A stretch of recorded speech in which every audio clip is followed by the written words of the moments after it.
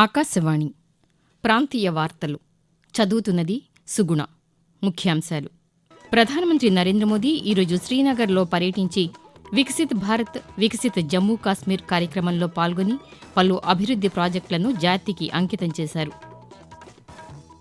వివిధ రంగాల్లో మహిళల సాధికారతకు తిరుపతి శ్రీ పద్మావతి మహిళా విశ్వవిద్యాలయం తోడ్పాటునందిస్తోందని రాష్ట్ర గవర్నర్ ఎస్ అబ్దుల్ నజీర్ పేర్కొన్నారు.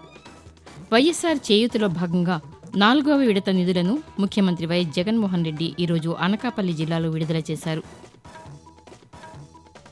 రాష్ట్ర ప్రభుత్వం అమలు చేస్తున్న సంక్షేమ పథకాల ద్వారా ప్రతి కుటుంబానికి లబ్ధి చేకూరుతోందని రాష్ట్ర విద్యుత్ శాఖ మంత్రి పెద్దిరెడ్డి రామచంద్రారెడ్డి పేర్కొన్నారు. రాష్ట్రంలో 4 ప్రభుత్వ శాఖలకు చెందిన 49 పోస్టుల భర్తీకి Andhra Pradesh public service commission notification జారీ చేసింది. వార్తల వివరాలు. ప్రధానమంత్రి నరేంద్ర మోదీ ఈరోజు శ్రీనగర్లో పర్యటించి వికసిత్ భారత్ వికసిత్ జమ్మూ కాశ్మీర్ కార్యక్రమంలో పాల్గొని పలు అభివృద్ది ప్రాజెక్టులను జాతికి అంకితం చేశారు.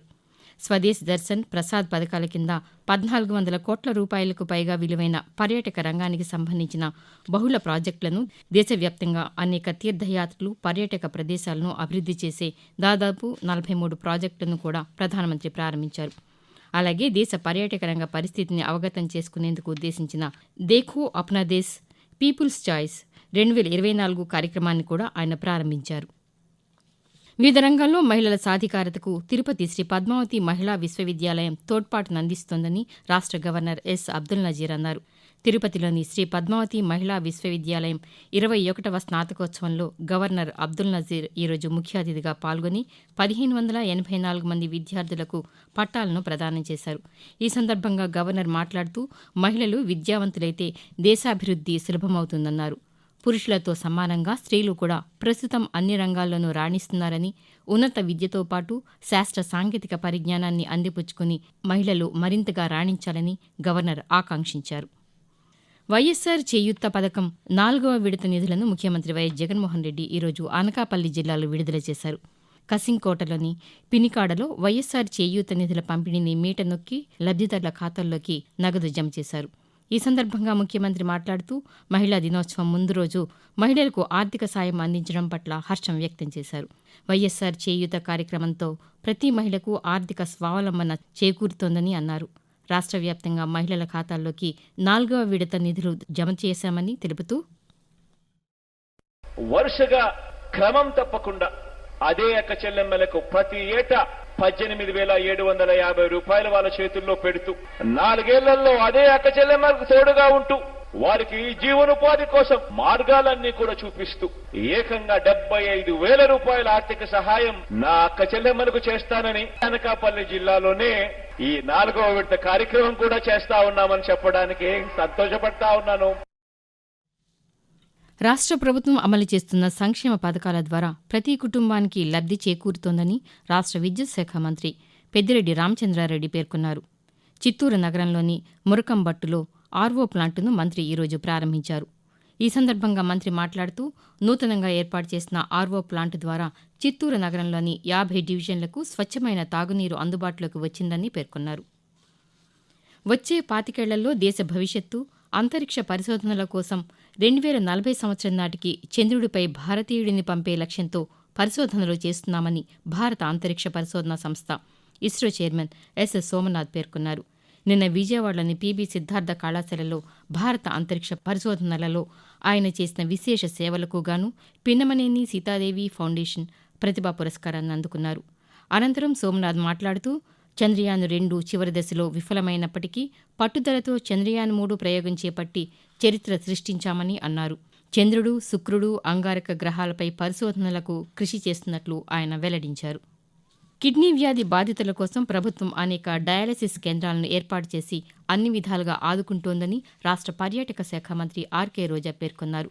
చిత్తూరు జిల్లా నగరిలోని ప్రభుత్వ ఆసుపత్రిలో నూతనంగా నిర్మించిన డయాలసిస్ సెంటర్ను, పరమేశ్వరం మండలంలో నూతనంగా నిర్మించిన సచివాలయ భవనం, రైతు భరోసా కేంద్రాలను మంత్రి ఈరోజు ప్రారంభించారు. ఈ సందర్భంగా రోజా మాట్లాడుతూ కిడ్నీ బాధితుల చికిత్స కోసం రాష్ట్రంలో డయాలసిస్ కేంద్రాలను ఏర్పాటు చేశామని, నగరంలో కూడా ప్రత్యేక డయాలసిస్ సెంటర్ను ఏర్పాటు చేశామని తెలిపారు. రాష్ట్రంలోని మరిన్ని ప్రాంతాల్లో కూడా ఈ డయాలసిస్ యూనిట్లను త్వరలో ప్రజాప్రతినిధులు ప్రారంభిస్తారని వివరించారు. ఆకాశవాణి ప్రాంతీయ వార్తలు వింటున్నారు. కేంద్ర సాహిత్య అకాడమీ స్థాపించి 70 ఏళ్లు పూర్తవుతున్న నేపథ్యంలో సాహిత్య ఉత్సవం ఫెస్టివల్ ఆఫ్ లెటర్స్ పేరిట 39వ వార్షిక సాహితీ ఉత్సవాలను ఢిల్లీలో ఈ నెల 11వ తేదీ నుంచి 16వ తేదీ వరకు నిర్వహించనున్నట్లు సంస్థ కార్యదర్శి కె. శ్రీనివాసరావు వెల్లడించారు. నిన్న ఆయన ఢిల్లీలో పాతికేయులతో మాట్లాడుతూ ఇది ప్రపంచంలోనే అతిపెద్ద సమ్మిళిత సాహితీ సమ్మేళనమని, దేశవ్యాప్తంగా 170 భాషలకు చెందిన 1100 మంది ప్రసిద్ధ రచయితలు, కవులు ఇందులో పాల్గొంటారని తెలిపారు. సాహిత్య అకాడమీ పురస్కారాలకు ఎంపికైన 24 మందిని ఈ నెల 12వ తేదీన జరిగే కార్యక్రమంలో సత్కరించనున్నట్లు తెలిపారు.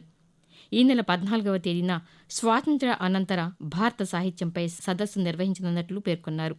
తొలిసారిగా ఈ సమ్మేళనంలో దివ్యాంగ రచయితలు, ఎల్జీటీబీక్యూ కార్యకర్తలు పాల్గొననున్నారని ఆయన పేర్కొన్నారు. రాష్ట్రంలో 4 ప్రభుత్వ శాఖలకు చెందిన 49 పోస్టుల భర్తీకి Andhra Pradesh public service commission APPSC వేర్వేరుగా నోటిఫికేషన్లను నిన్న జారీ చేసింది. 37 forest range officer, 5 assistant statistical officer, 4 fisheries development officer, 3 assistant electrical inspector పోస్టుల భర్తీకి కలిపి మొత్తం 4 నోటిఫికేషన్లు జారీ చేసింది. అటవీశాఖ అధికారి పోస్టుల భర్తీకి సంబంధించిన దరఖాస్తుల స్వీకరణ ఏప్రిల్ 15 నుంచి ప్రారంభమై మే 5వ తేదీతో ముగుస్తుందని, మిగిలిన దరఖాస్తుల స్వీకరణ తేదీలు, ఇతర వివరాలు ఏపీపీఎస్సీ వెబ్సైట్లో పొందుపరిచినట్లు పేర్కొంది. మహిళా సాధికారత దిశగా రాష్ట్ర ప్రభుత్వం అనేక సంక్షేమ పథకాలను అమలు చేస్తోందని రాష్ట్ర హోంశాఖ మంత్రి తానేటి వనిత తెలిపారు. తూర్పుగోదావరి జిల్లా గోపాలపురంలో నిన్న మంత్రి మాట్లాడుతూ దేశంలో మార్చి 8వ తేదీన మహిళా దినోత్సవం జరుపుకుంటున్నామని, కానీ ఆంధ్రప్రదేశ్ రాష్ట్ర మహిళలకు మాత్రం ప్రతిరోజు మహిళా దినోత్సవ పండగేనని అన్నారు. మహిళలను ఆర్థికంగా ఆదుకునేందుకు 4 దఫాలుగా డ్వాక్రా రుణాలను మాఫీ చేశామని అన్నారు. కేంద్ర రాష్ట్ర ప్రభుత్వాల నిధులతో తిరుపతి నగరం స్మార్ట్ సిటీగా అభివృద్ది చెందుతోందని తిరుపతి పార్లమెంటు సభ్యులు ఎం. గురుమూర్తి అన్నారు. తిరుపతిలోని చెన్నారెడ్డి కాలనీలో 1,38,00,000 రూపాయలతో పలు అభివృద్ది కార్యక్రమాలకు ఈరోజు ఆయన శంకుస్థాపనలు, ప్రారంభోత్సవాలు చేశారు. ఈ సందర్భంగా ఆయన పాతికేయులతో మాట్లాడుతూ కేంద్ర ప్రభుత్వ స్మార్ట్ సిటీ నిధులతో ఇప్పటికే శ్రీనివాస సేతు ఫ్లైఓవర్ నిర్మాణం పూర్తయిందని తెలిపారు. అలాగే ఈ నిధులతోనే మరిన్ని అభివృద్ది కార్యక్రమాలు జరుగుతున్నాయని ఆయన పేర్కొన్నారు. వంట గ్యాస్ సిలిండర్ ధరకు సంబంధించి వినియోగదారుల బిల్లు మొత్తం కంటే అదనంగా ఛార్జీలు వసూలు చేస్తే వారిపై చర్యలు తీసుకుంటామని శ్రీ సత్యసాయి జిల్లా జాయింట్ కలెక్టర్ అభిషేక్ కుమార్ తెలిపారు. పుట్టపర్తిలోని కలెక్టర్ కార్యాలయంలో జిల్లా పౌర సరఫరాల శాఖ అధికారులతో నిన్న ఆయన సమావేశమయ్యారు. ఈ సందర్భంగా జాయింట్ కలెక్టర్ మాట్లాడుతూ జిల్లాలోని అన్ని కంపెనీల గ్యాస్ డిస్టిబ్యూటర్లకు అదనపు ధరలు వసూలు చేయరాదని ఆదేశాలు జారీ చేశామన్నారు. ప్రధానమంత్రి ఫసల్ బీమా యోజన కింద 2023-24 ఆర్థిక సంవత్సరంలో ఇప్పటి వరకు నమోదు చేసుకున్న వారి సంఖ్య 27% మేర పెరిగిందని కేంద్ర వ్యవసాయ మంత్రిత్వ శాఖ తెలియజేసింది. గత 8 ఏళ్లలో రైతులు తమ ప్రీమియం వాటాగా 31,000 కోట్ల రూపాయలకు పైగా చెల్లించారని, 1,55,000 కోట్ల రూపాయలకు పైగా నగదును రైతులకు అందించడం జరిగిందని పేర్కొంది. రైతులు చెల్లించే ప్రతి 100 రూపాయల ప్రీమియంకు దాదాపు 500 రూపాయలు క్లెయిమ్లుగా అందాయని మంత్రిత్వ శాఖ తెలిపింది. ప్రపంచవ్యాప్తంగా ప్రీమియం పరంగా 3వ అతిపెద్ద బీమా పథకమైన పీఎం ఫసల్ బీమా యోజన 2016లో ప్రారంభించబడింది. ప్రకృతి విపత్తుల వల్ల ఉత్పన్నమయ్యే పంట నష్టం నుండి రైతులకు చేయూతనిచ్చేందుకు ఈ పథకం తోడ్పడుతోంది. ప్రాంతీయ వార్తలు ముగించే ముందు ముఖ్యాంశాలు మరొకసారి. ప్రధానమంత్రి నరేంద్ర మోదీ ఈరోజు శ్రీనగర్లో పర్యటించి వికసిత్ భారత్, వికసిత్ జమ్మూ కాశ్మీర్ కార్యక్రమంలో పాల్గొని పలు అభివృద్ది ప్రాజెక్టులను జాతికి అంకితం చేశారు.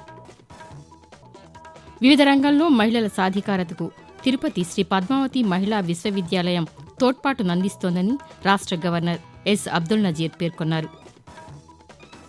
వైఎస్సార్ చేయూతలో భాగంగా 4వ విడత నిధులను ముఖ్యమంత్రి వైఎస్ జగన్మోహన్ రెడ్డి ఈరోజు అనకాపల్లి జిల్లాలో విడుదల చేశారు. రాష్ట్ర ప్రభుత్వం అమలు చేస్తున్న సంక్షేమ పథకాల ద్వారా ప్రతి కుటుంబానికి లబ్ధి చేకూరుతోందని రాష్ట్ర విద్యుత్ శాఖ మంత్రి పెద్దిరెడ్డి రామచంద్రారెడ్డి పేర్కొన్నారు. రాష్ట్రంలో 4 ప్రభుత్వ శాఖలకు చెందిన 49 పోస్టుల భర్తీకి Andhra Pradesh public service commission notification జారీ చేసింది. ఆకాశవాణి ప్రాంతీయ వార్తలు ఇంతటితో సమాప్తం.